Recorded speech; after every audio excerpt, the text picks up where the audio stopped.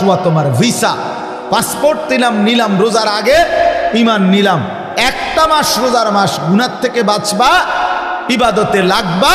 30 দিনের মাথায় আমি আল্লাহ ঈমানের পাসপোর্টে তাকওয়ার ভিসা লাগায় দেব, জান্নাতের ফ্লাইটে উঠায় দেব। ঈদের দিন ফ্লাইট কোন দিন? ঈদের দিন। ঈদের দিন ফ্লাইট, 1 মাসে ফ্লাইট, 1 মাসে 31 দিন যাব না, হয় 30, নয় বার লাগলে 29, মাগার 31 লাগবে না। 31 রোদ হোক, বৃষ্টি হোক, শীত হোক, গরম হোক, ফ্লাইট কোন দিন? ঈদের দিন, জান্নাতের ফ্লাইট। হাদিসে আছে ঈদের দিন আল্লাহর নেয়ামত প্রাপ্ত জান্নাতি বান্দা রোজাদার যখন আল্লাহর ইবাদত ঈদের নামাজ পড়ে, তো ফেরেশতারা ডেকে বলে, যাও আল্লাহর বান্দা, খুশি খুশি যাও, কাদ গাফারাল্লাহু লাকুম, আল্লাহ তোমাকে পুরা মাফ করে দিয়েছে, যাও খুশি খুশি। ফারজিউ রাশিদিনা ইলা রিহালিকুম, যার যার ঘরে খুশি খুশি দিলে সন্তুষ্ট চিত্তে ফিরে যাও, যাও রেডি হও জান্নাতের জন্য প্রস্তুতি নাও। এই জন্য ইনশাআল্লাহ রমজানকে কাজে লাগাও, ঠিক আছে? ইনশাআল্লাহ বলেন ইনশাআল্লাহ। দেখেন আল্লাহ স্পষ্ট বলছে 5টা আয়াতে, কোরআনুল কারীমের সূরা বাকারার 183 নম্বর আয়াত থেকে 187, 5টি আয়াতে রোজার কথা, রমজানের কথা বিস্তারিত বলছে। বলে আল্লাহ লাস্ট বলছে, কাযালিকা ইউবায়্যিনুল্লাহু আয়াতিহি লিন-নাস। আল্লাহ বলে, বন্ধু আমি এভাবেই পরিষ্কার করে আমার বান্দাদের জন্য আমার আয়াত, আমার বিধান, আমার কথা স্পষ্ট করে বলে দিলাম, লাআল্লাহুম ইয়াত্তাকুন, যেন সকলেই মুত্তাকি হতে পারে, জান্নাতি হতে পারে। এটা হলো 187 নম্বর আয়াত। কথা শেষ করছে কথা আল্লাহ বলছে, আল্লাহ বলছে বান্দা আমি সবচেয়ে কমাইছি, সবচেয়ে সহজ করছি, সবচেয়ে ছোট করে আনছি রোজা শুধু তোমাদের জন্য। আখিরি নবীর উম্মত তোমরা, আমার আখিরি বন্ধুর উম্মত, তোমাদের জন্য আমি সবচেয়ে সহজ করছি রোজা। পূর্ববর্তী জাতির, যারা পূর্ববর্তী জাতি, তাদের রোজার নিয়ম কানুন, রোজা ছিল সবার, কিন্তু নিয়ম কানুনের মধ্যে বিপরীত ছিল।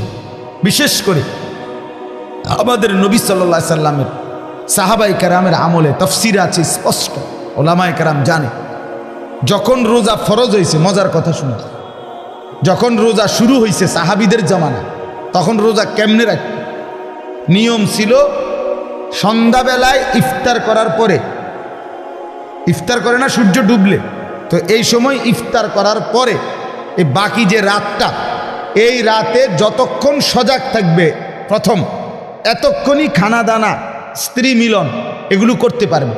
কিন্তু যদি ঘুমাইয়া যায় 10 মিনিটের লাগবে, 1 মিনিটের লাগবে, শুইয়া লাইলে চোখ বন্ধ, ঘুমা এসে গেলে পরের দিনের রোজা শুরু। হ্যাঁ, এটাই বিধান। নবীজির জামানা, সাহাবীদের জামানা প্রথম শুরু হয়েছিল এভাবে, রোজার বিধান ছিল এভাবে। এরপরে ঘুমের থেকে উঠা আর খানার সিস্টেম। এক সাহাবী হযরত কাইস ইবনে সারমা আনসারী সাহাবী, উনি এরকম সারাদিন রোজা রাখছে, রাইখা সন্ধ্যাবেলা ইফতারের টাইমে ঘরে আসছে। স্ত্রীকে বলছে, ইফতার কিছু আছে কি? স্ত্রী বলছে, কিছুই নাই ঘরে, আপনি একটু অপেক্ষা করেন, বসেন, আমি পাশের বাড়ির থেকে কিছু খাবার বা কিছু নিয়ে আসি।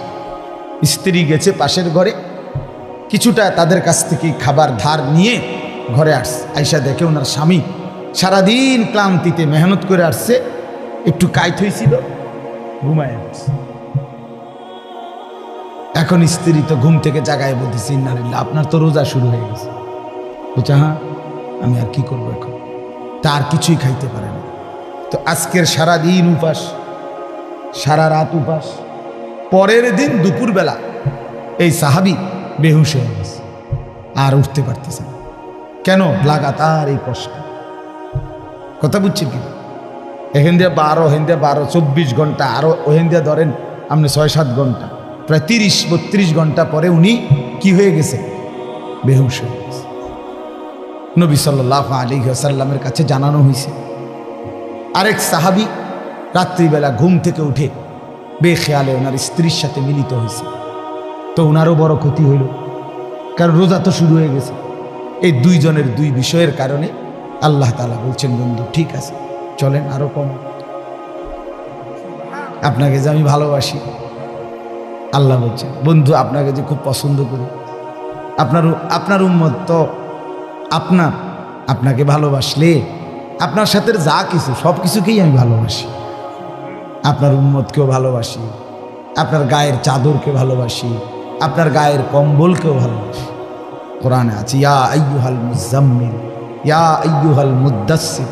নবীজি কখনো চাদর গায়ে দিছেন, আল্লাহ বলছে হে চাদর পরা নবী। নবীজি কম্বল গায়ে দিছেন, তা আল্লাহ বলছে হে কম্বল পরা বন্ধু আমার। তার মানে কি এটা কেমন মায়ের কথা? এই রুমালওয়ালা ভাই, আমরা বলি না এটা? তো আল্লাহ যেন বলছে বন্ধু আপনার সাথে যা লাগে সব আমার কাছে প্রিয় হয়।